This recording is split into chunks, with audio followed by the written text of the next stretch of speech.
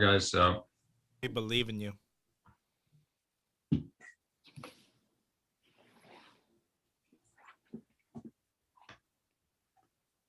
Hold on. We are about to go live. There's always a delay, they say, guys. And who's the man for figuring it out that quickly? You. Yay, Judah. I want to welcome everyone to the world according to Ben Stein. Welcome everybody here. Of course, we are joined tonight by Media Action Network star, former Fox News bigwig Maverick. He found everybody famous at Fox News. Of course, it's Ken LaCourte. Howdy. Welcome back as always, sir. And of course, you just lost with your video, my dear boy. All right. So what are we talking about today? Joining us at the bottom is managing editor of American Greatness, the great Ben Boychuk. Pleasure as always. It looks like it's going to be a fun one tonight. And since nobody got my joke the other night, I will say it again. Best-selling author of Hello Cats, It's Me, Remzo. That's funny. I don't get it still. It is the book. Hello God, It's Me, Alice. That's an obscure reference. He's calling me a lonely cat person. Okay, never mind. And of course, America's humble servant, actor, writer, provocateur, economist, father, saint, sinner, saved by the grace of God. Benjamin Jeremy Stein. We welcome you all to the show. We welcome everybody that's watching live on the live stream. What a night. Parler's having glitches, so could we. And welcome back, Parler. It's good to be back. All of us are like a little on edge of how to exactly use it. I was a little scared to log out, but it allowed me us to log back in. So I want to welcome everybody that's listening live. It's greatly appreciated. I want to thank everybody that has been downloading the podcast. It's a very somber day, obviously. A true legend that passed away yesterday. And I also want to make a quick note. Today would have been John Hughes, I believe, 71st birthday or 70th birthday, and a day of two visionaries. And I will quickly get it out to you guys, but I was on the phone with Ken before, and I was talking, and I was speaking to him, and I said, I look at Rush Limbaugh sort of like he looked at radio and the landscape, Ben Stein, sort of like Bugsy Siegel looked at the desert. He saw that, Bugsy Siegel saw Vegas, and Rush Limbaugh saw the future. Yeah, well, Rush was an amazingly intelligent guy, and Rush was also a man without fear. He took on many, many enemies. He was not afraid of any of them.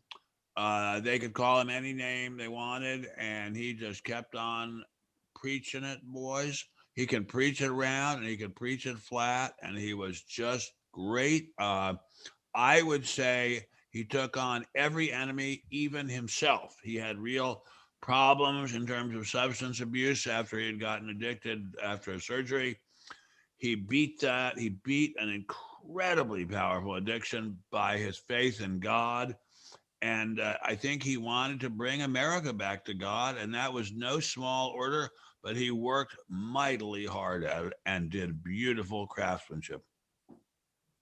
What about you, Ken? He used to, he was at your network. Did you get a chance? I'm sure you had a chance to meet him.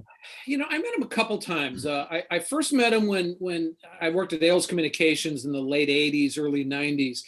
And every once in a while, we'd see two pizzas going down the hall to Roger's office. And I'm like, somebody said there's only one guy there with him. And they each got their own pizza, because for a while, he was single, Roger was single, and they were putting together his show that they syndicated, which didn't really do that well because most stations aired it at 2 a.m. and Rush didn't really like TV all that much. And then the last time that I met him was in 2006 when I was part of getting some kidnapped Fox News employees out of Gaza, and we came and successfully. And Roger Ailes had a big luncheon for us overlooking West Point on his house up in Croton or Garrison, and Rush was a guest there as well. So just a few times. And Ben Boychuk, I know you missed him by that much. Yeah, I worked at the Claremont Institute back in the early 2000s, and he was a speaker at one of the Churchill dinner events, and I had left just before that, and I missed that dinner.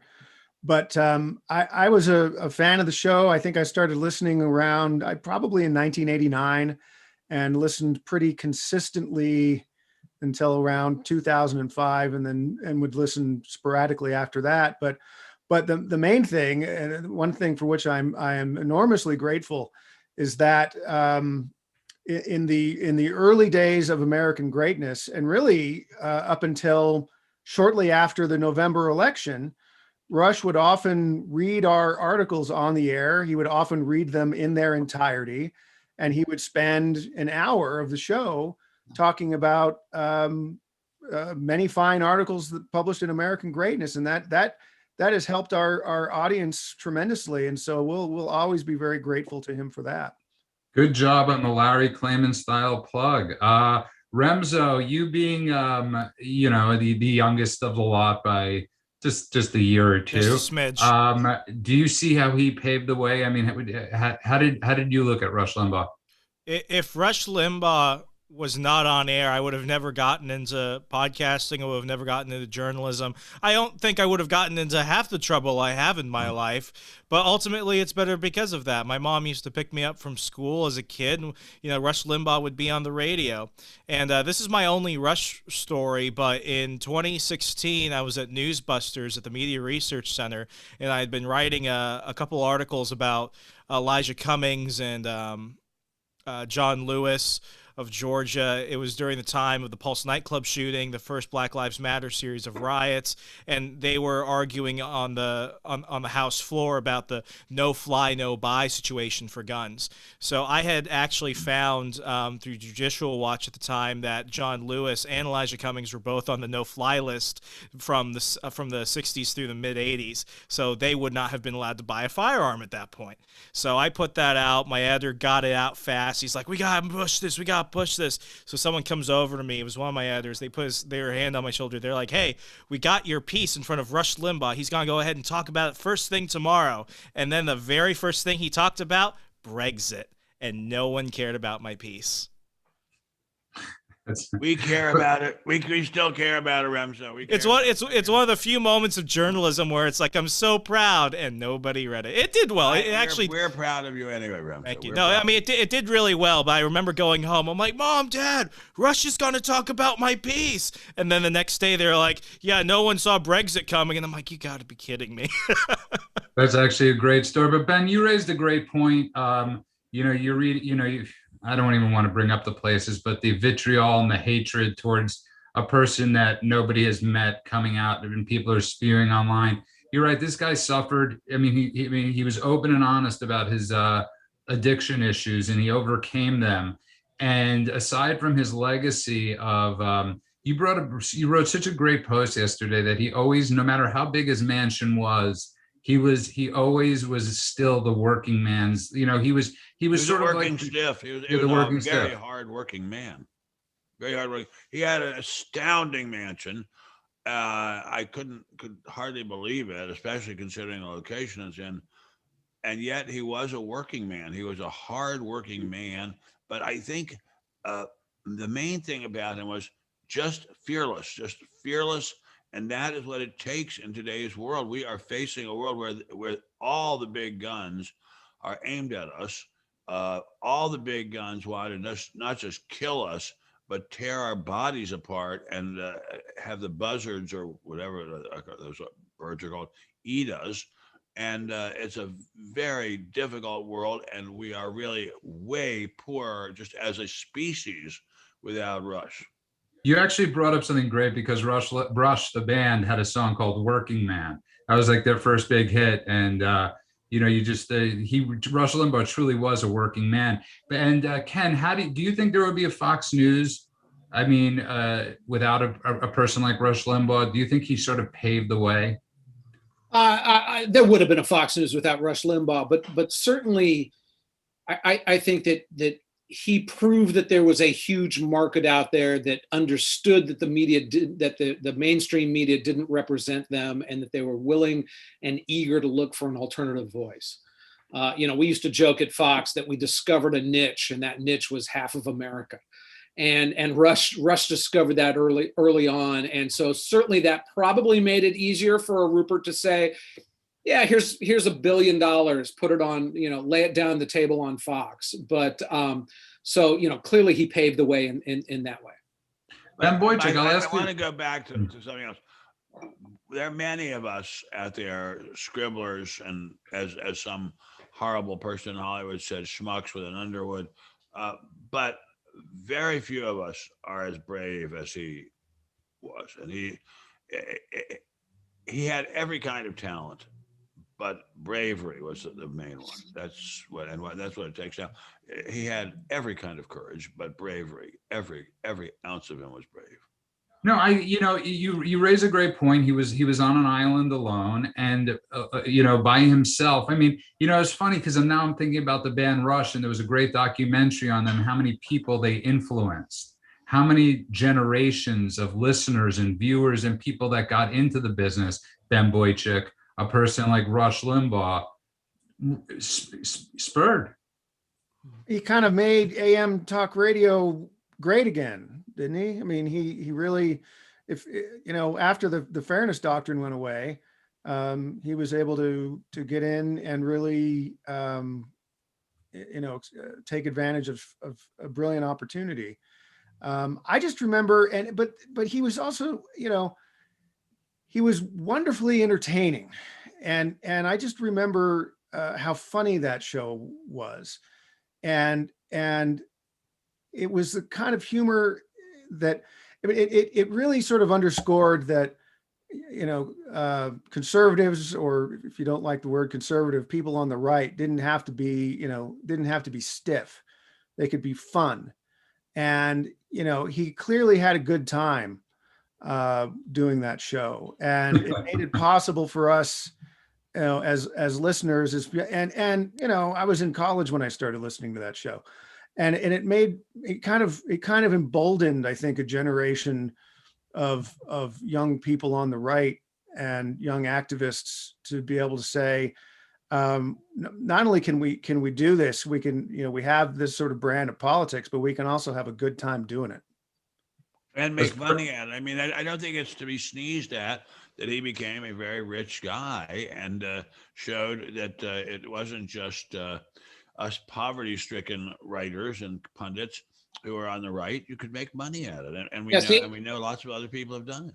He ended up with a mansion, many cars. I think I saw him with a Maybach. I think his widow is like 46 years old and hot. So yeah, there's a path there.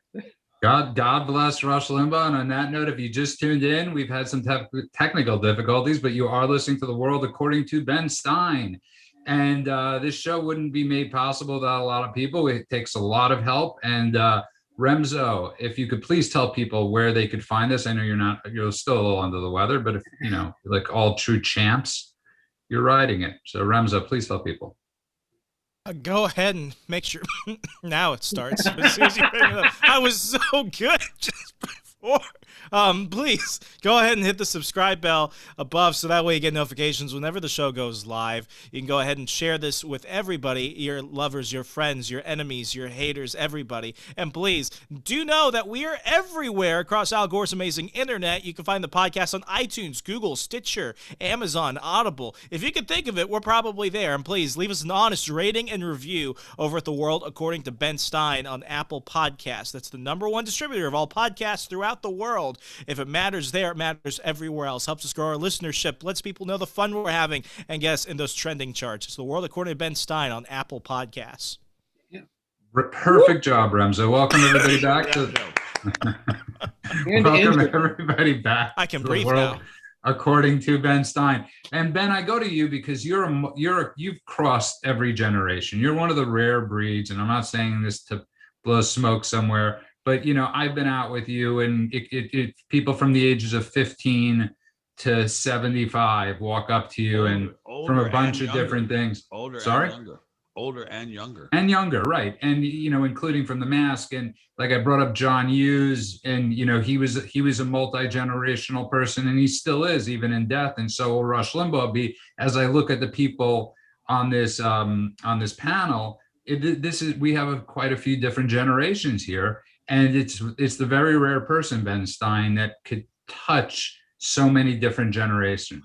Well, I did mine just by luck, but he did his by extraordinary perseverance and persistence. And it is hard to imagine how difficult it must have been for him, suffering from cancer, suffering from all the treatments for cancer, suffering from withdrawal, suffering from all the ills that flesh is heir to, mightily doing the show year after year, every year getting sharper and sharper and sharper. And of course, the liberals say he got to be irritable and difficult in his old age. Screw them. He got to be better and better in his old age. And he wasn't even old when he died. He was young when he died. So he was a remarkable talent. We're very lucky to have him on our side. And I will also say he didn't have that vicious, nasty streak that the pundits on the left have. I mean, if you talk about him compared to the, what's the guy's name? Don Lemon is what Tucker calls him. I think his real name is Lemon. And I mean, think of the viciousness of that person. Think of the viciousness of various people on the left, on the air. Even my dear friend Al Franken, whom I love very, very much, but his viciousness on the air and his newsletters is just breathtaking. Rush was funny, sarcastic, but not vicious, never vicious. No, I mean, Ben Boychuk brought up that point. There was something, you would listen to his show and he would talk with Snerdley. And, my favorite was his opening, Ken LaCourte, when he said, talent on loan from God. We loved him. And we've lost Ben Boychuk. We did. One of the more interesting things that happened in the last couple of days. So he passes away, and then of course you get more than a handful of lefties joking that he's in hell. Just going the absolute nastiest. And it was an interesting self-test on how do I react to that. Do I meet them with their level of hatred? Do I look to the New Testament and try to meet their hate with love? Do I just ignore them because they're a bunch of pricks? How do I deal with that? And I think a lot of conservatives, there was an article at Breitbart that put them all together, all the hatred spun towards him after death. And it's interesting talking to my different friends on how they ended up dealing with that or confronting it or not. No, but you raise a great point, and I want to go. It's the Bill O'Reilly, Howard Stern phenomenon, where a lot of people that hated him listened to him. Right. And what a way to build an audience, to have the people that hate you listen to you. That's how talented you actually are, is that you could get people that really hate you for an hour to listen to you, which really begs the question, did they really hate him? Or were they just too scared to say he has some interesting ideas? I don't know. They have plenty of hate. They have no shortage of hate. They have enough hate to go around. They're well stocked with hate. And Rush was well stocked with good humor. So that's the difference. I mean, I look at the people on MSNBC. If by some mistake I turn the channel to that, God Almighty, how can people have so much vicious hatred? But they do, and especially when they're winning. Rush. What'd you say? It's because they're winning. Especially when they're winning, they control every lever of national power. And Rush Limbaugh. Well, they don't control the Supreme Court. Well, that's true. Well, that's debatable. I mean, let's be serious here. They've been spending all week hating on Rush. They're still drafting bills to target Trump. Biden, where's my $1,400, man? 1,400. It was 2,000 last I checked. Okay, where's my $2,000, man? Anything. If it helps, I didn't get anything either. But no, you guys raise a great point. Literally, this is I've often said this, growing up, and Ben and Ken, you could correct me if I'm wrong, but it almost seems like the parties have really reversed. I mean, in so many different ways. Like growing up, whether it was the media portraying the right as sort of a hateful group or a judgmental lot, the left has taken over in spades. I mean, talk about a hateful lot of people I don't think that the Republicans were ever a hateful lot of people. It's interesting. I was talking to my sister yesterday, and I love my sister very, very much. She's an extreme left-wing Democrat, and she was talking about McCarthy, and none of you, but except for me, is old enough to remember McCarthy. And she was talking about how many people's lives he ruined, and he smeared people, and he claimed that there were lots of communists in government, and there weren't any. And I said, well, give me some examples. She couldn't give me any examples, and she's a very intelligent, hardworking woman. Similarly, people try to come up with some examples of vicious, hateful Republicans. I don't see them. I don't know what they're talking about. What do you think, Ken?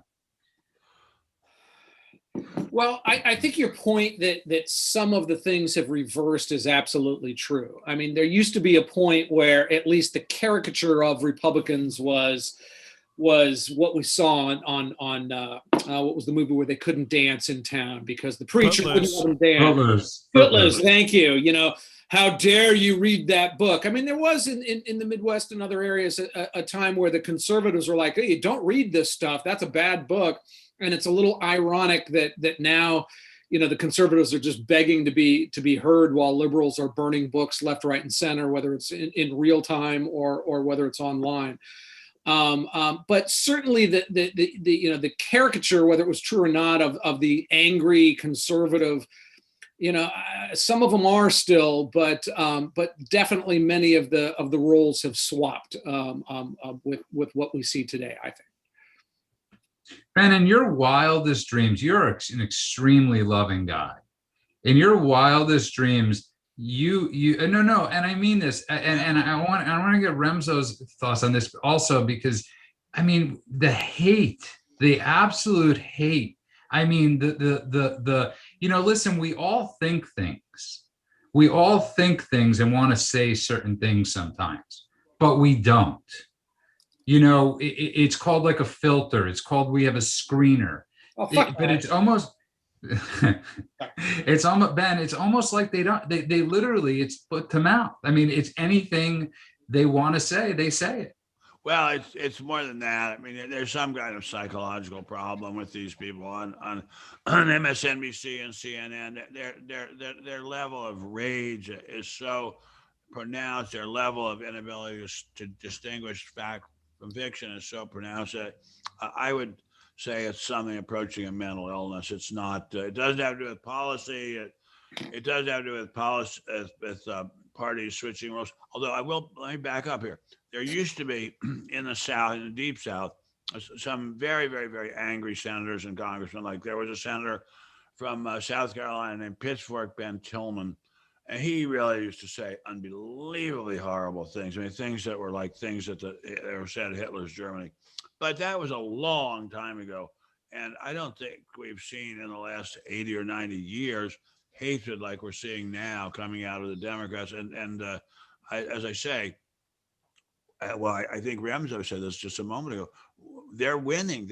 They're doing incredibly well. They've completely brainwashed the college age population, except at a few fine places like Pepperdine. And what do they have to complain about? I don't get what are they complaining about? They're doing great. They're all living nice lives. They have nice houses. I don't understand what they're complaining about. I mean, their lives are great. I live in a very, very wonderful neighborhood. I don't deserve to live here, if I do. The other day, I saw a homeless person walking down the street right outside our house. Now, that guy has something to complain about. If he wants to complain, he has something to complain about. He's undoubtedly mentally ill. He's undoubtedly an alcoholic or a drug addict or both. He's undoubtedly poor. He's undoubtedly homeless. He has plenty to complain about. The guys on CNN and MSNBC wearing $4,000 suits, they don't have anything to complain about. What are they complaining about? Where's their rage coming from? This is where I'll go to Ben Boychuk, because a lot of people don't know this about Ben Boychuk, and I'm not kidding when I say this. Ben was debating writing and a monastery. Ben was debating becoming a monk or a priest, Ben. And And Ben's thoughts on the loss of spirituality, the lack of God in our country, or some sort of moral compass. Ben Stein and Ben Boychuk has really Ben Boychuk. Well, you'll notice that I'm here and not at the Abbey of Gethsemane in, outside of Bardstown, Kentucky. He likes sex too much. That's why he has sons now. Well, yeah, I've got kids, and You still got the look. Yeah, well, I do my best. Sorry about before, by the way. A bear evidently ate my modem. I had to retrieve the backup modem, and but did you fight the bear? I chased it off with harsh, ungodly language. No, I was thinking as you were saying that a minute ago, Ben Stein, and the quote that went through my head was H.L. Mencken's line that about Puritanism, that someone somewhere might be happy. And it's almost as if it's that old Puritan spirit, that sort of dour Puritan spirit that inhabits the Democrats. Someone somewhere might be maybe not just happy, but doing what he wants to do. Doing what he wants. You know what I really think it is? Are you choking yourself, Ken? Pardon me? Yeah, I was thinking about it. It was self-flagellation. He's Bill Mahering himself. I was feeling more liberal here. He's Bill Mahering himself.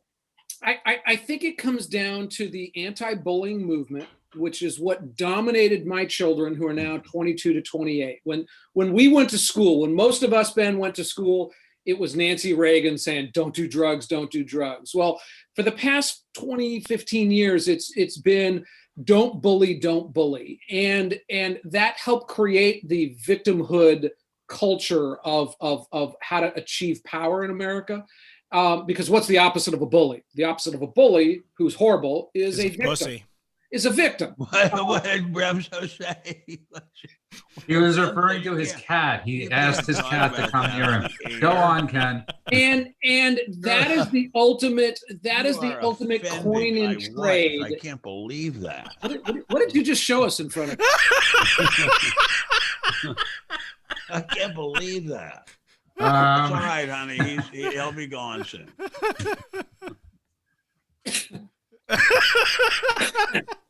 I'm gonna be messed up. The ultimate coin in trade for liberals to show that they are exalted is to show that they are a victim, that they are an oppressed class. And it's worked very, very well for them. We've seen more social change in America in the last 8 months with Black Lives Matter because they are now the ultimate victim.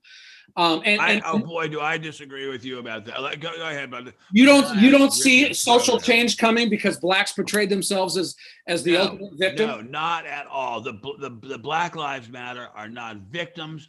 They're the Sturm Abteilung of the Democratic Party. Oh, yes, but they achieved their power. The Starkers will beat you up if you cross them.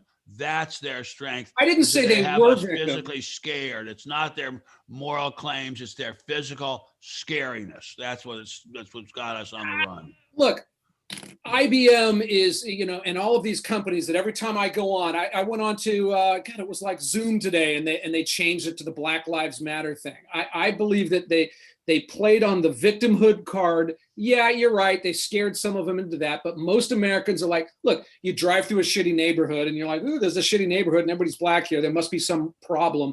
And they capitalized on that. So that's why I see you seeing the misery. I mean, right now it's a victimhood Olympics. I mean, you had gays were victims, and now the trans came up above them, and the blacks are here. Well, you're referring to intersectionality. Hispanics. And again, this is much how they're projecting themselves. I'm not saying that they're victims, but that's their coin in trade. That's how they go into any HR that is screwing up every major company in America. And they're not saying, well, we need to take power. They're like, oh my God, the girl with the blue hair who was born with a penis, she needs to be up here. And Hispanics are down here. I think there's something of that going on, but I think it's mostly physical fear. White people are scared of big, tough, scary, muscular blacks. The big, scary, tough, muscular blacks made a show of force around the country, and they scared people to death. And now people are just willing to do anything that Black Lives Matter says. Their moral claims are zero, absolute zero. The overwhelming majority of blacks who are killed by other blacks. The overwhelming majority. But somehow we have been scared by Black Lives Matter into believing that we white people are responsible. That is complete nonsense. Anyone who believes that is so stupid. He doesn't even deserve to work for IBM. I'm not sure it's an either or proposition, Ben Stein. You may be right. You may be right. You may be I think right. because Ken is certainly correct about the tyranny of human resources. Good golly, Miss Molly.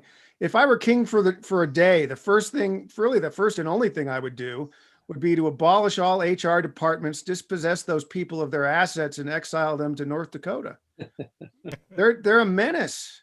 And that's where, I mean, where all the, the diversity, equity, and inclusion training is coming from. I mean, it came out of the colleges and has gone into the HR departments. And so there is a kind of there is a mental tyranny aspect of this whole thing, quite beyond the physical imposition of it all. The mental, that all rests upon the fact that they can kill us and beat us up and so forth. You're a little too Beverly Hills, pal. That's not just that. I said you're a little too Beverly Hills. What do you mean? I mean, we had people demonstrating outside our house saying "Eat the rich." My wife and her nurse were hiding, locked in her bathroom. We had people outside our house shouting "Eat the rich." But see, there are a lot of guys like Ben that you just know he's got a locker full of a lot of guns. He does. He's waiting for this to happen in front of his house. I've got more guns than I have friends, and so way more. And they are my friends. The guns are my friends. No, and somebody brought up in chat, and it's something that Ben Boychuk just shared, is that you're both of you, you're both saying something that could both actually be correct, right? You could actually be scared to be in a certain place, right? If you're in New York City right now and BLM is having a protest because of the lack of police officers, it's a terrifying place to be. Women are scared to go to work in the morning at 6 a.m. But take that aside, people are deathly scared to speak their mind, which is not a lot to do with BLM, which has to do with what the media has done, which goes back to your bullying stance, because anybody that questions or asks gets bullied. I got a free that, and I believe Ben Boychuk has nailed me, and I think he's right. There is some amount of physical fear involved, but there's also some kind of moral fear involved. I'm not sure how much difference there is between the two. I mean, the Fuhrer took power claiming that he had that he was doing something ideologically great, but really people were terrified of the SA. I sort of think that Mr. Biden took power because he claims he had a morally superior platform, but really people were terrified of Black Lives Matter. Well, how about just the fear of being fired? How about the fear, or the natural human inclination to conform, to bow to peer pressure in workplaces? I don't know about that. So when I was in high school in the mid 2000s, 3 years ago, a month ago, Principal, can you hear me? The big thing that this whole anti-bullying movement put out was, I call it Maoism to a large degree, because you start with the students and you teach them how to target other people. And it really was that way. And the one thing I hated about my public school, and I talk about this in my first book, was the pledges. And the one time I got in trouble towards my senior year, and I was a quiet kid, like I just wanted to go under the radar and stuff. But like my senior year was a year where I became like public enemy number one. It came with the pledge to not say the R word. And the R word is retarded. Wait a minute, what is the R word? I don't even know what the R word is. The R word is retarded. We're not allowed to say retarded. And they would go around in between classes and during lunch and during other classes, and they would go ahead and make everyone sign a pledge. And I didn't want to sign the pledge because I said, am I not allowed to use the word at all? Like, I'm not calling somebody retarded, but, am I not allowed to say it, or what context? Well, if it's a joke or something. So I became known throughout the school as the guy that liked to call people retarded. To which I said, if you're going to go ahead and say that because I won't sign a piece of paper, you're probably kind of retarded, because this is really that's very funny. I like that. So I owned it. But they did that for everything. What are some of the other things they did it for? You're going to be more inclusive and less racist. And wait a minute. Remzo, I'm going to tell you, what were you doing that was racist? Calling people retards. Calling people with, calling, thanks for the What- hangover. what I did was they- going to do what the did they hangover consider 10. racist? What did they consider racist? It was never anything we did. It was always something going on in the news or another school, and they had to reinforce it with us. And it was always teacher driven. It was always that one crazy liberal lesbian teacher that wanted to go ahead and treat the minions like everything else. So what they have to do is they have to water the crops and make people sign the pledges and go to the sensitivity trainings. When it came to the, don't say retard situation, I was pulled out. Retard. No, it was retard. RETARD. I was pulled out of class because I was, one of the guidance counselors was like, Remso, why don't you want to sign this pledge? And I'm like, because it's indefinite. It comes with no standards, no context. This doesn't make sense. I believe that people should be able to say things even if they're mean, and they should face the repercussions of that. But telling people that we're not allowed to say words, where is it going to end? First Amendment, because it says First Amendment, mother. Yeah, No, well, but I didn't want to go to detention that weekend, so I just But said, I do if I find want it- to say I do- retard, I can say retard. Yes, and going back to my dating life, I did lose a potential suitor the other night because I found out that word was offensive. Did And you if call you them just- retarded? Let's hear about this. I want to hear about Yes, this. I wanna yes. hear about this. No, somebody got offended by the word, and if you just But I tuned want to in, hear the context in which it came out. Say the word. I said they're retarded. Dirty talk. Yeah, dirty talk. Exactly. I was like, that's so hotly Speak retarded. dirty to me. I had a girl, they That's said, funny. speak dirty to me. And I said, how do you like that, you fucking retard? And for this show never to be aired again.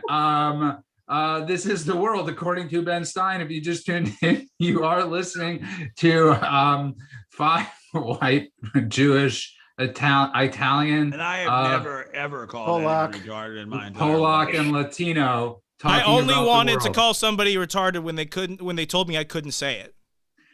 I've never. I will ever never called find anyone work retarded, and again. I've never ever wanted to exclude anyone from my life because of his or her race.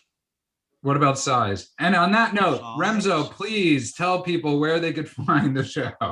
Please go ahead and hit the bell notification so you get notifications whenever we go live or update or upload new content here on YouTube. And please, we have a newsletter. If you want more of Ben directly in your inbox, go to benstein.substack.com. That's benstein.substack.com. And while you're at it, it costs you nothing, but it means everything to us. A 5-star rating and review on Apple Podcast, please.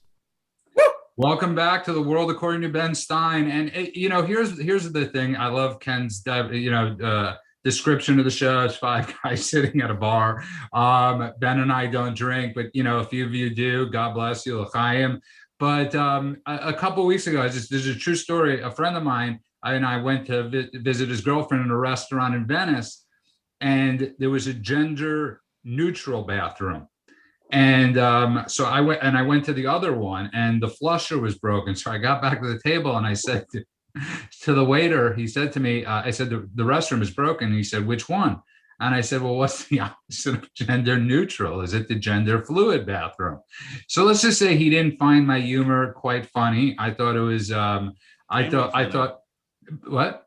Extremely funny. I think it's extremely funny, but we've lost our sense of humor. We've lost our ability, and we've discussed this before. You watch these shows and there's no humor. Getting back to Rush Limbaugh, he made you laugh. He also might have made people angry. The same thing could be said about Bill O'Reilly. The same thing could be said about most of the great ones. Howard Stern makes you angry, makes you laugh, makes you smile. But at the end of the day, isn't entertainment. And that was what Fox News, I don't want to say what used to be in a sense, was entertainment. It was there.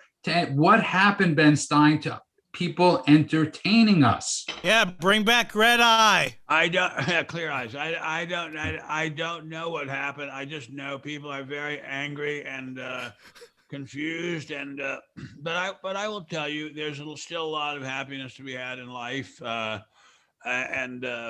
I get a great deal of happiness every day swimming in my wonderful pool. I get a great deal of happiness lying in bed and staring at old movies. Like night after night, I watch American Graffiti, and it reminds me of life in my childhood. There's plenty of enjoyment to be had. The problem is the hate department, the Ministry of Love coming out of CNN and MSNBC. The hate departments which are the journalism departments of American media. And those are really filled with hate. If you watch them all the time, you become a crazy, mad person. You know what we're kind of forgetting about? We might be forgetting about the vast majority of Americans living their lives. Because really, if you and Ken, you can maybe provide with some of the facts here that I don't have readily available. If you added up the audience for all the cable networks and all the major network news, I mean, what is that? Is it 15 million people? Probably at prime time, which is their highest simultaneous users, you'd probably have under 10. Under Fox 10. would have about. Wow, Fox you are kidding, including ABC, NBC, and CBS. No, of the cables, so of CNN, of MSNBC, of Fox. Let's say a top Fox show would get around 4 million. Right. The other two would get about the equivalent to that. So you're looking at about 8 million out of course, 300 million. Look, cable punches above it. Cable punches above its weight class. Yeah, but you're still talking about a fraction of Americans in a big country. Yes, but the people watching are influential people. Well, they surely are. They surely are. We're talking to the inner party. I mean, in 1984, they're the proles, and there are a lot of them, and they have absolutely no significance in the governing of the country. But then there's the inner party, and they control everything. And that's sort of the media is the inner party. But in terms Boychuk's, I mean, if I can have a second, sure. Like to Boychuk's point, I think he's entirely correct. I used to see this with campaigns, especially for first-time candidates, because they think, for the real ideologues out there, they think they're going to run straight with policy, they're going to be firebrands. But the one thing I had to tell them is you're only competing for 10%.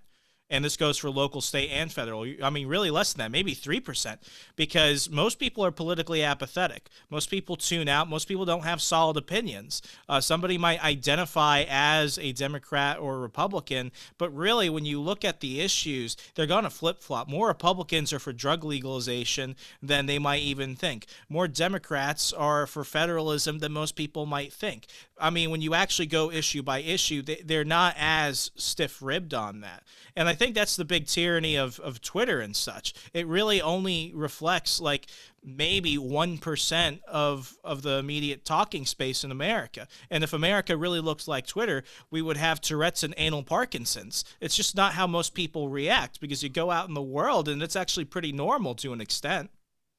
What's Remzo's got his groove it's back. When you just uncontrollably shit and then start screaming because of the Tourette's.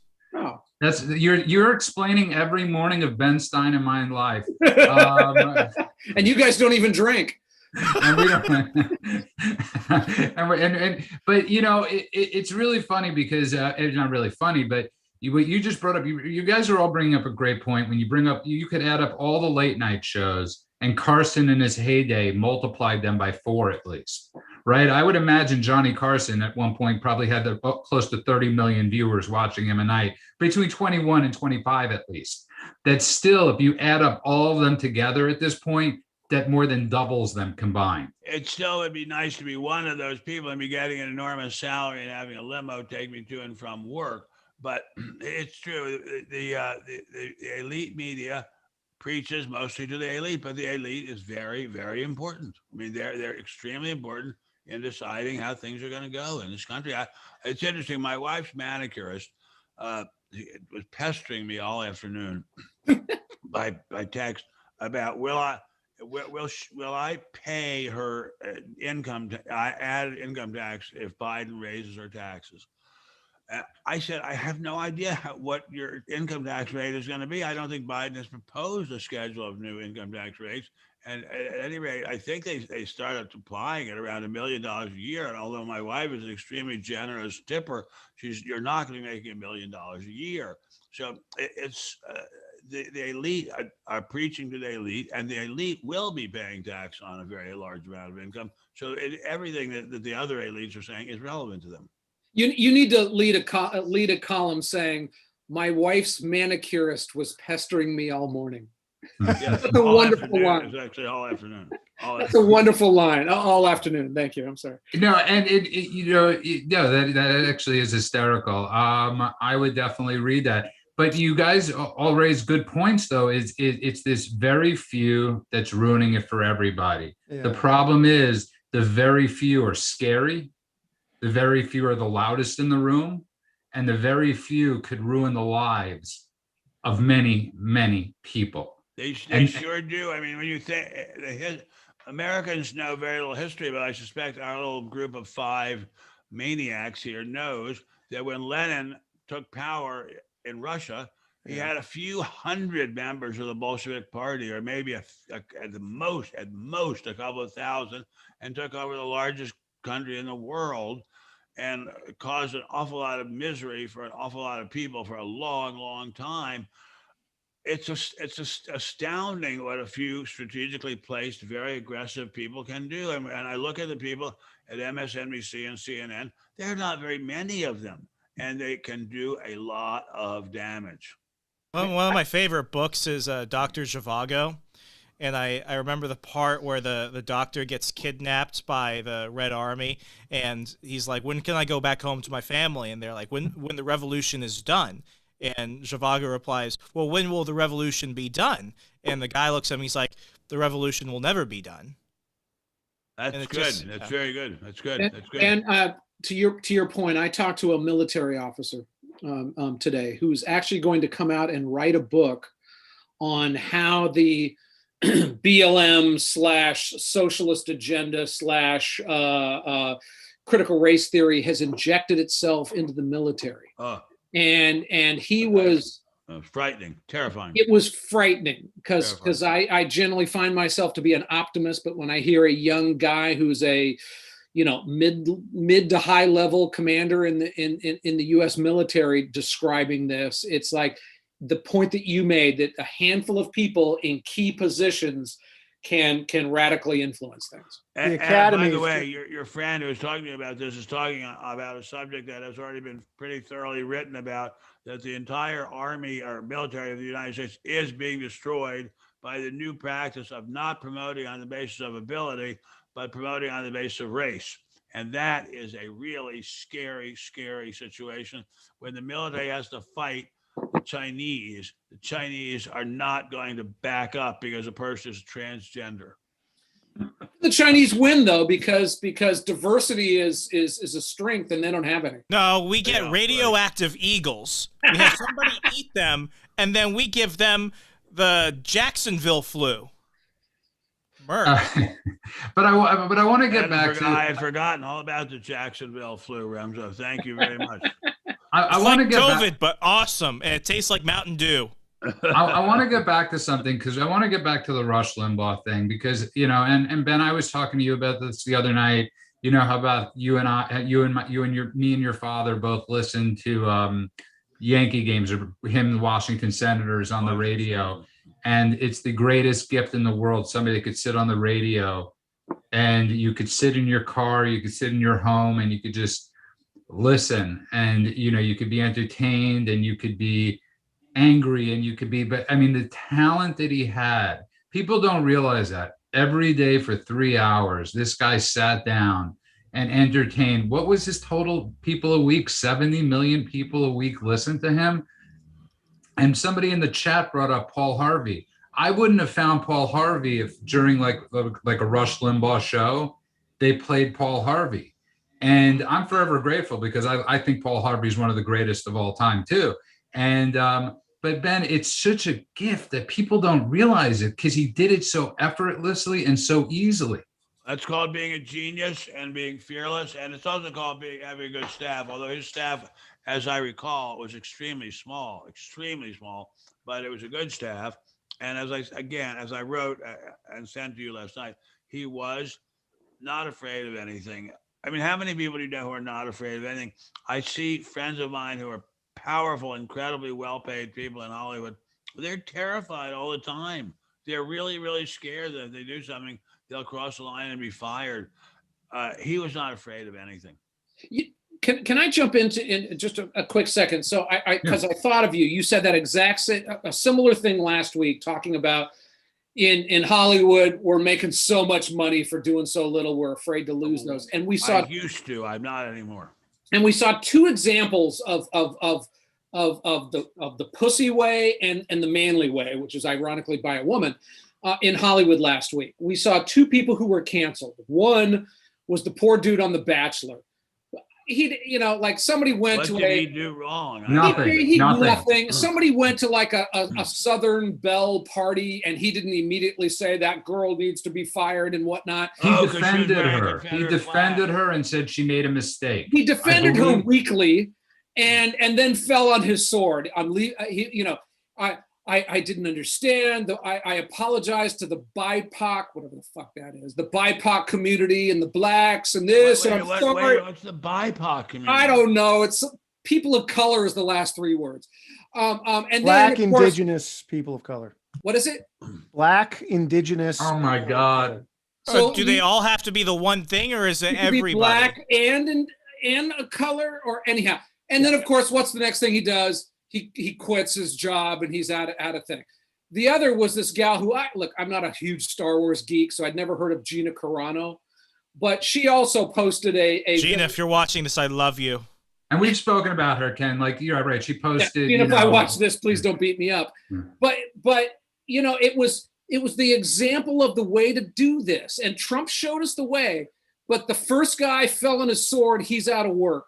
She was like, F you. It turns out that when she said, when she wouldn't go with the pronoun crap, that Lucasfilms and Disney gave her a perfectly scripted thing to apology to read, just like the poor guy in North Korea who had to blink his eyes, torture as he was reading their stuff.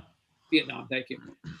North Korea, North Vietnam. And it was wonderful to see that she got a new deal with Shapiro's group and whatnot. She's got now fans. I've never seen her before, but if she's in a movie, I'm going to go to it. I've never seen her act, and I'll go to her movie. The other guy who was just as innocent, but just capitulated, and like when you see a dog get weenie and it falls up on its back. That's the way you can't back down. You can't apologize. You can't go BIPOC. I'm sorry. You got to fight it and punch them in the face till they stop breathing. Ken, you raise a great point. This idea that you could buy your way back in. There is once you have pissed off your own group, which is they're eating their own. I mean, this is truly Lord of the Flies. We love to talk about Orwell, but what's going on here is truly Lord of the Flies, and they are eating their own. People don't realize it's what Trump realized. It's Trump's one of his greatest assets, and sometimes to his detriment, is once you say something, you got to go with it. There is no more like I could get back into the club, Ben Stein, and you know that, Ben. There's you could say something and you're excluded. I think I'm out of the club in Hollywood for the rest of my life. But anyway, it's a scary situation, and there is no fighting back in Hollywood, because Hollywood is, the number of people who are actual buyers is so small. If you transgress against them and piss them off, you're just done, and that's it. And by the next, in the future, you'll see me doing this show from a homeless shelter. But right now, I'm rich. on the federal building here. Right. But I just wanted, as we're running out of time, Ken brought up a great point, because he has a 28-year-old son. Ben, you have a 31-year-old son. 33 actually. 33, and just a beautiful kid. And Ben, you have a son, Remzo. You're of their age. I adopted a kid, but I lost him. Named Nippy. I don't know where he is. Named Nippy, and the kid purrs a lot. When did shame? I kidnapped a kid once. When did we lose shame? Can we? Shame. Shame. I thought you meant Shame. When did Shane's this idea? The other kid I lost. When did this idea, Ben Boychuk? You've been a little silent. When did people stop caring? About that, the idea of like you could spew whatever and it means nothing, no consequences. Well, but wait, we just said it does have consequences. Yeah. Not if you're on the left. It does have not if you're on Twitter, screaming that Rush Limbaugh should be. Right. If you're on the left and if you're black, you can say any. Right. That's my point. When did people with vitriol? When did it become okay? When did they have my God, don't these people have parents that are looking at them going, what is wrong with you? Or what did I do? I'll blame it on CompuServe and America Online. I blame it on YouPorn. Oh, did I say? Sorry. I don't blame you porn for anything. No, blame Ben's viewpoint. That is underneath saying retarded. Yeah, Ben could blame you porn on me. But that's a whole other side thing. I just, as we're running out of time, we could all agree Rush Limbaugh influenced so many lives, influenced our lives. But Ben, quickly, it is John Hughes' birthday today. We lost him way too young. Way too young. He had so many more movies in him. It was insane. It was insane. And you gave his eulogy, and one of his eulogies, you spoke. Yes.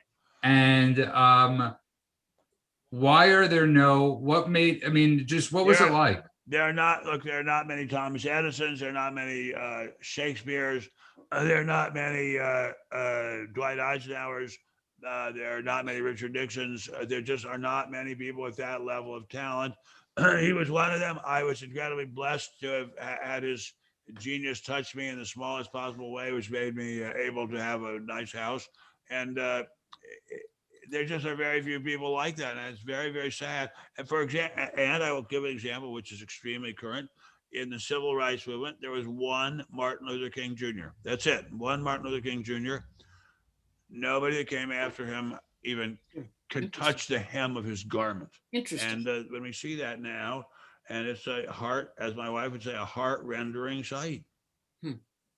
Why was that? What? Why was there no Martin Luther King light? Well, because Martin Luther King was an extraordinary genius, and he was assassinated in 1968, and there was nobody like him. As I think I've shared on this show before, I had the pleasure of working for a couple of years as a ghostwriter for Jesse Jackson, and he was an intelligent guy, and I would say even somewhat charismatic, but not like Martin Luther King Jr., because Martin Luther King Jr. carried on with the love of God. I mean, he really was a loving man. He was a loving man, even to the people who hated him and wanted to beat him or kill him. He was a loving man. He was really the Prince of Peace. The other people who have come along to replace him, I'm sorry to say, are the princes of hate. That's perfectly said. And we are running out of time. We're all back on Parler. But Ken, people could find you where? Go to the website. Don't go to anything else. MediaActionNetwork.com. Sign up. We'll send you fun stuff every day. And I encourage people to do it because Ken, and I was on the phone with him today sharing this, Ken could share his mission statement in one sentence. Okay. That is skill of what a platform wants to do. Okay, and kudos to you, Ken. When I die, the media will be close to 50-50 liberal versus conservative. That's a good goal. Ben Wojcik, where do people find you? I've actually not been able to get back on Parler yet, but I still think I have an account. But regardless, check out American Greatness at www.amgreatness.com. It's a great Thank you very much, Ben Wojcik. Remzo, you're at Remzo, and you're also on the run with Remzo. It's a fantastic podcast. And please, every Remzo, Monday and Thursday. Remind everybody where they could download us. Apple Podcasts, Stitcher, Google Play, Audible, Amazon, everywhere across Al Gore's amazing internet. Go ahead and download and subscribe to The World According to Ben Stein. And of course, you can find... Yes. Well, it's Saturday night, and I just got paid. I fool about my money, don't try to save. My heart say go, go, have a time, cause Saturday night, baby, I'm feeling fine. Gonna rip it up. I'm gonna rock it up. I'm gonna rip it up and ball tonight. And that's wait, Judah, you should let's just do a second hour. Ben's got to run. My wife is waiting for me to make. We're the bathroom, man. We're gonna do it. I was going to say Saturday night for those who can or those who don't have a life like me. We will be doing a second hour of this Saturday night. Ken, at the same time. I'm naked on Saturday. Sorry. But we, they only see you chest up, so nips and higher. Then we'll do this. We'll do a part two next Tuesday. How does that sound, Ken? Part two next Tuesday of having fun. Ben showing us the shitty girl collection. He lives next door to me. I don't even know what to say or do anymore. I got to be honest with you guys. He's at Ben Stein. He's America's humble servant. I wish everybody could have the discourse and the humor that we have. And I truly believe that I walk away from this happy. And I know Ben does too. And I hope Ben Boychuk does too. Remzo walks away tired these days. But Remzo, Ken, I you're a know brave you got man. Sorry? Remzo, you're a brave man. He is a brave man. And on that note, I want to thank all the brave people in this country. I want to thank everybody that's been listening. My mom, who's had some rough couple days, get better. I love you. Everybody, thank you for listening. And God bless. Have a great night.